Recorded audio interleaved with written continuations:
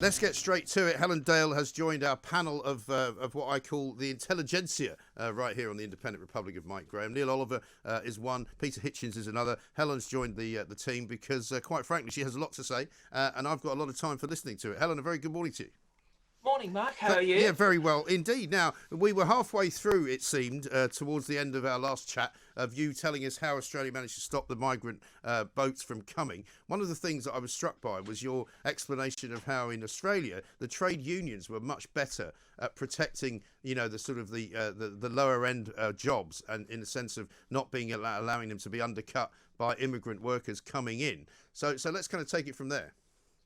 All right. Well, I started with 1992, Paul Keating, Labor Prime Minister, mandatory detention. Yeah. That's always been part of the Aussie system. Now, and I explained a bit about the background, which involved things like a focus on market-dominant minorities or model minorities, people like Jews, Malaysian Chinese, Kurds, Copts, Maronite, Lebanese Maronites, those kind of people, model minorities. So fast forward now to 2001 and what became known as the Tampa Affair and the Tampa election. There was an Australian general election, which is referred to as a federal election in Australia because it's a federation like Right. Germany. Right. Now, what happened is a boatload of asylum seekers on a Norwegian flagged vessel called the Tampa attempted to land in Australia. And they were overwhelmingly from Afghanistan and Pakistan. Yeah.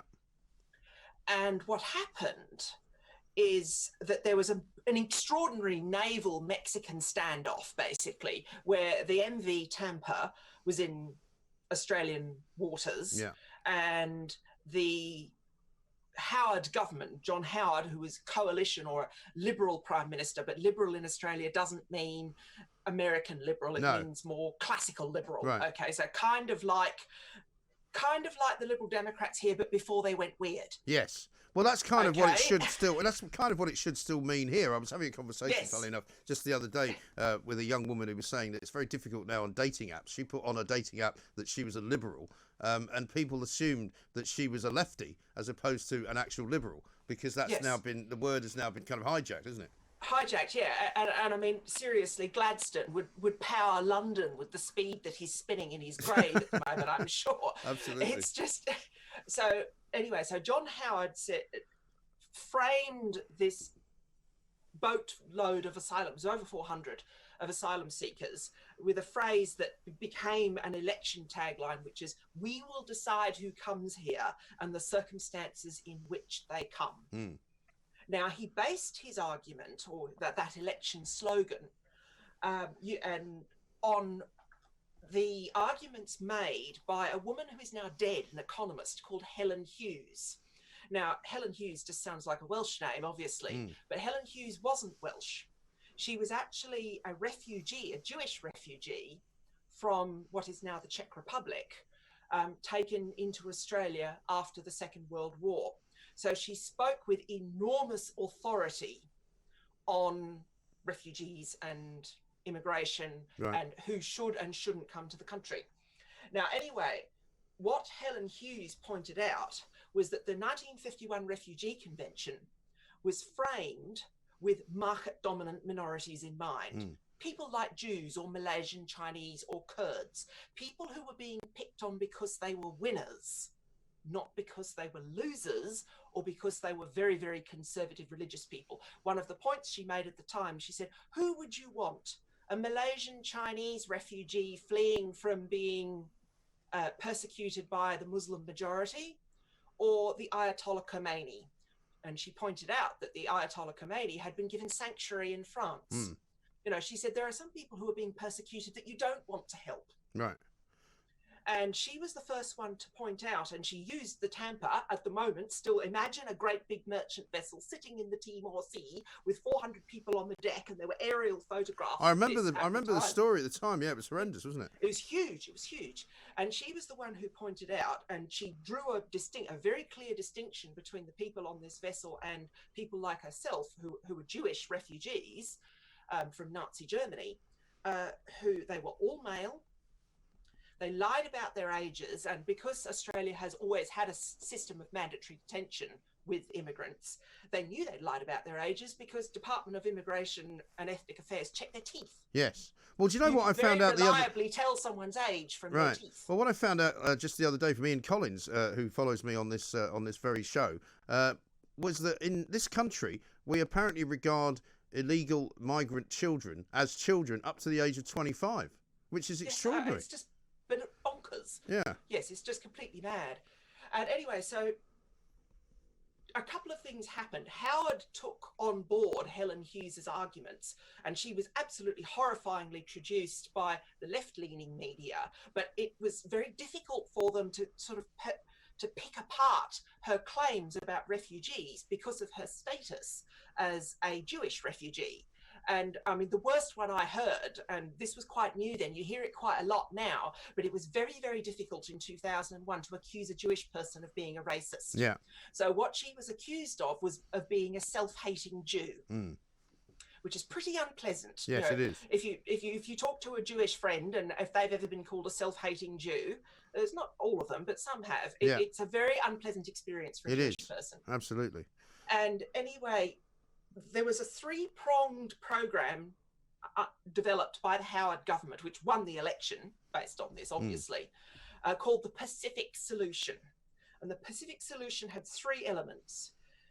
Legislation was passed excluding the islands that various of the boats with refugees on them were coming to from what was called Australia's migration zone. Now, this was obviously challenged in the country's constitutional court, the High Court, but the government won because Australia's international regime of accepting international law into Australian law is known as a dualist system, which means just executing an international treaty doesn't make that treaty part of Australian law. It has to be moderated and enacted in the form of legislation passed by the Parliament, Commonwealth Parliament. So that meant that modifications could be made to a treaty that Australia had signed in the context of local immigration policies. And would you say, Helen, that is kind of the equivalent of what this country has signed by way of the sort of the UN agreement, and also the agreement that we have with the EU, which basically says that we must show comfort and succour to anybody who wants to come to this country, because if they were going to be destitute, we have to look after them. In other words, well, part of the problem you've got here is you've created a rod for your own back by entrenching human rights law in domestic legislation. The Human Rights Act should be repealed. It is very, very dangerous to have human rights legislation enacted in a country that then takes away, and remember I was talking about Paul Keating's arguments about democratic legitimacy and electoral support needs to exist for immigration, or otherwise you finish up with all immigrants being rejected. You actually get the election of figures like Donald Trump. You actually get this huge groundswell of anger that happened before the 2016 referendum. Now, Australia's never had that, but the reason it's never had that is for the argument that Paul Keating made originally back in 1992, is that if immigration, because Keating believed in a big Australia, populate or perish, get a bigger population, because we very nearly got invaded in the Second World War. The Battle of the Coral Sea was the repulsion of an invasion fleet from Japan steaming its way towards Australia. So people wanted to increase the population, but in order to do that, you need democratic legitimacy and electoral legitimacy for immigration. Yes. So well, what we've been told, as you probably know, from successive governments, is that we've needed immigration, one, to bolster a failing and a falling birth rate in this country, and also, secondly, to bolster parts of the economy which British people refuse to work in. Well, the first part is actually true. It was one of the arguments that Paul Keating made, and not just Paul Keating. It goes back to 1945 in Australia when we first did the slogan "Populate or Perish" was used by Arthur Calwell, who was the Labor immigration minister at the time. Now, Arthur Calwell was also quite racist. I mean, he was the one that introduced but made a big deal of the White Australia policy, which wasn't gotten rid of until 1966. I mean, I hope you don't get in trouble from Ofcom for this, but but one of his slogans, although he was very pro-immigration, he actually got up and gave a stump speech to a trade union meeting, I think somewhere in Victoria, and he used the phrase, "Two Wongs don't make a white." Right. Extraordinary, so isn't it? What year was that? Idea. What year was that? That was in, I think, 1950. Okay. Well, that explains a lot. Yes, it does explain a lot. So, okay, so that was the first part, was the exclusion of islands from the migration zone. The next one was, coupled with Keating's already existing mandatory detention policy, was the removal of asylum seekers to bits of the Pacific that used to be Australian colonies. Right. A lot of people, most notoriously Nauru, which is an island, it's the one with all the bird poop. Right. That's how Nauru made its money historically, was right. guano, bird poop. And the other one is Papua New Guinea, which also used to be an Australian colony. It was awarded to Australia at the end of the Second World War, because before the First World War, because before the First World War, it was German New Guinea. Right. Okay, so Australia has actually abused the fact that it was, whilst it was a British colony, it was also a colonial power in its own right to do that, with places that it effectively used to own. And then the third prong of the Pacific solution was boat turnbacks. Yes. And this was very, very deliberately done. And some people may reject the Australian policy based on what I'm going to tell you, and it's legitimate to do that, but it's always with these things, there are trade-offs. Now, the turnbacks meant that you would have boatloads of asylum seekers, and we're talking very large numbers. We're not talking one Sudanese boy here. And also they were coming from much further away, so they were much bigger boats. Yes, they were. Yeah, much bigger boats. And you would have boatloads of asylum seekers going down with all hands. And there was one incident, and there is still a lot of argument over the numbers involved. A boat called Sieve 10, and Sieve, S-I-E-V, stands for Suspected Illegal Entry Vessel. Right. And it had 400 asylum seekers on it, and it is believed that it went down with all hands, but people can't prove that. And if you read arguments from both sides, you said it might have been 200, might have been 400, we don't know where they finished up, all of this kind of thing. Right. So this is really quite terrifying, but the effect of the Pacific solution, once a couple of boats had sunk and they'd all died, was that they stopped. Right. Because people realised that they weren't going to get to the country. And were the boats just not fit for purpose? Was that the reason they were going down? That was the absolute standard thing. In many cases, the MV Tampa was unusual because it was a proper merchant vessel. They'd actually rescued all these people, and it was a proper Norwegian flagged ship. It was properly crewed, and although the Norwegian sailors had nowhere to keep the asylum seekers, that they were quite safe. They weren't going to be drowned or anything like that, because it was a proper ship. But often you just got boatloads of people in unseaworthy vessels, and we started to appreciate for the first time how horrifying the people smugglers are. Yeah. And people need to understand, and this is something where a lot of, and they learnt in Australia, how horrifying people smuggling is. And it is exactly the same people who bring young women into the country for the sex trade. It is exactly the same people who bring immigrant labour into the country, sneak it into the country, and have them doing jobs at white forms of slavery. Sure. Modern slavery. Well, this is it. It's a criminal. There's no question. It's a criminal enterprise at best. At worst, it could be even worse than that. It could be funding terrorism as well, is what we've been hearing. Gosh, but there's all sorts of things. Yeah, yes. But we had an amazing telephone call the other day from a guy in the Isle of Man whose daughter works in Sudan. In one of the Christian sort of missions basically out there, and she works it for a charity. And Christian Aid or something. Something like, it's a smaller one, but she was basically saying to him that what she's now seeing more than anything in the camps that they're running and in the various places that they do their work is human traffickers turning up and basically selling the idea to young Sudanese men that you should come and live in and work in Britain, and this is how we're going to make you get there, and this is how you're going to get there, and this is what you're going to see when you get there. And they're showing them videos. They're showing them videos of people being put up in hotels. They're showing them a lifestyle that they could have. It's quite flagrant now. Well, this is part of the point that Helen Hughes made originally when her ideas fed into John Howard's policy development, which is, they're all male. They lie about their ages. Yeah. And they come from countries where women can't travel and often can't leave the house. And I remember Helen Hughes on a panel show saying she says, and that means the women will die. Yes. So you're dealing with people who you probably, it's the Ayatollah Khomeini argument. What do you want? The Jewish person or the Malaysian Chinese person from a market-dominant minority who will contribute to your country, or some form of religious nutter, or someone who is so self-interested that it's entirely legitimate in his mind to leave all his female relatives behind.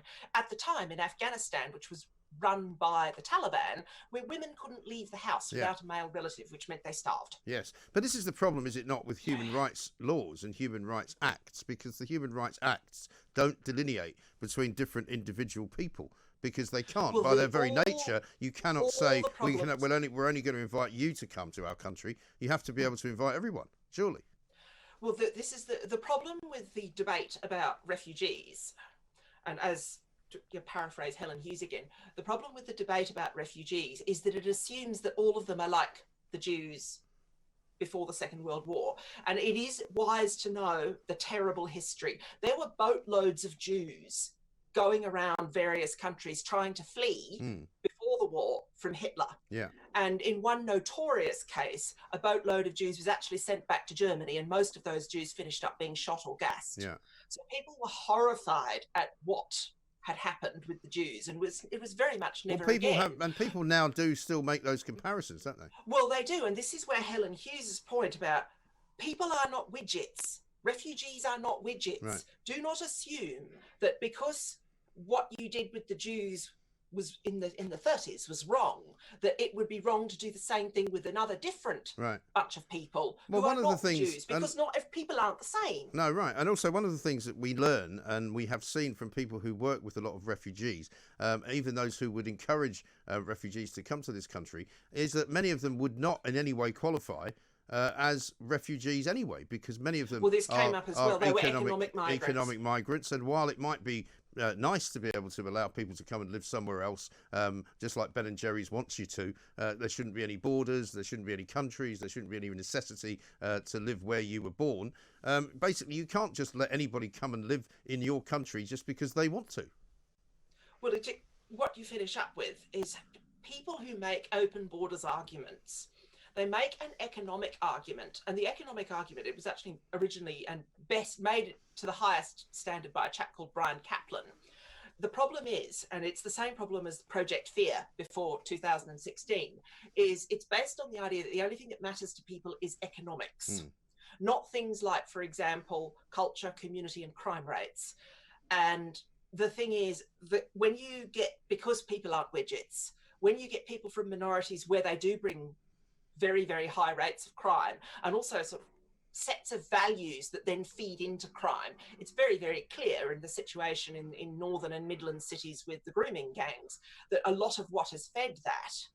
And if you look at Ella Hill's interview, Dr. Ella Hill from the NHS registrar, on trigonometry, she talks about the religious values that people brought with them, that unaccompanied girls, and in the North and the Midlands they're mainly white, and in other parts of the country they're white and Sikh and African Caribbean as well, but this whole idea that unaccompanied girls are kind of easy meat, you know, that there's something wrong with them, so that means you can treat them in this way. Now those have religious roots, and it's entirely legitimate for the people and for the people already in the country to say, okay, there might be some economic advantage accruing to open borders, but we don't want the crime, and it's all right to say you don't want the crime. Yeah. Well, this is the trouble, though. It's not all right to say many of the things that you've just said, because people will pick you up on that and say that's a racist statement. You shouldn't be saying that. You know, we can say it here because we are having a conversation about what the opposite kind of view is, and the opposite view is that, well, we mustn't question any of this. We mustn't allow anybody to be critical. And now look where we are. We're in a situation now where there are boatloads of people arriving on a daily basis, on an hourly basis, it would seem, into Dover, into parts of southern England, and it doesn't seem to be any way of stopping it. And just because we're almost out of time again, it seems to me what you're saying is that the only thing really that stopped the illegal immigration into Australia was a series of very unfortunate accidents that resulted in the deaths of the people trying to get there. And but also it did help Australia in that legislation could be passed, and Australia has no constitutional or entrenched human rights protections. Right. If you have human rights in Australia, you have them as a result of an act of Parliament. and they are not considered to be universal. They are not to be considered to be something that everyone is just given willy-nilly. It is very much a full basket of rights in Australia is only conferred upon you once you obtain citizenship. Right.